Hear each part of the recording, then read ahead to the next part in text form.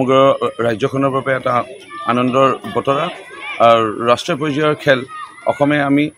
40 বছৰ ব্যৱধানৰ পিছত অনুষ্ঠিত কৰিবলৈ সুযোগ লাভ কৰিছোঁ আৰু বিশেষকৈ অসমৰ লগতে যোৰহাট আৰু মৰিয়নিৰ বাবে অতি গৌৰৱৰ বিষয় আনন্দৰ বিষয় যে এই খেল আমি যোৰহাটত আৰু মৰিয়নিত অনুষ্ঠিত কৰিবলৈ সুযোগ লাভ কৰিলোঁ মৰিয়নি ষ্টেডিয়ামত আজিৰ পৰা 5 দিনৰ যি খেল ইয়াতো এটা আমি খেলপথাৰ নিৰ্বাচিত হৈছিলে ষ্টেডিয়াম নিৰ্বাচিত হৈছিলে আৰু যোৰহাট জিলা আয়ুক্ত পুলক মহন্ত ডাঙৰীয়াই আজি পণ্ডিচেৰী আৰু উত্তৰাখণ্ডৰ মাজৰ খেল ইতিমধ্যে শুভাৰম্ভণি কৰিলে আৰু এইসকলে আমাৰ ভাৰতৰ হৈ পেলাই প্ৰতিনিধিত্ব কৰিবলৈ সুযোগ লাভ কৰিব খুবেই ভাল খেলুৱৈ মানে 40 বছৰ বা 35 বছৰ ল'ৰা যেনে খেল খেলে খুব মানে কম্পিটিটিভ মুডত তেনেকৈ খেল খেলিছে আৰু মোৰ বিশ্বাস আগন্তুক দিনত আমাৰ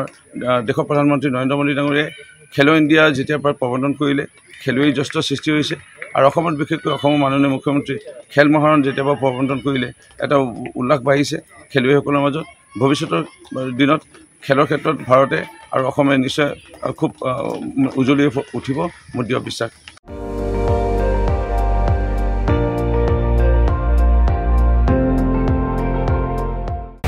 আপুনি চাই আছে ND24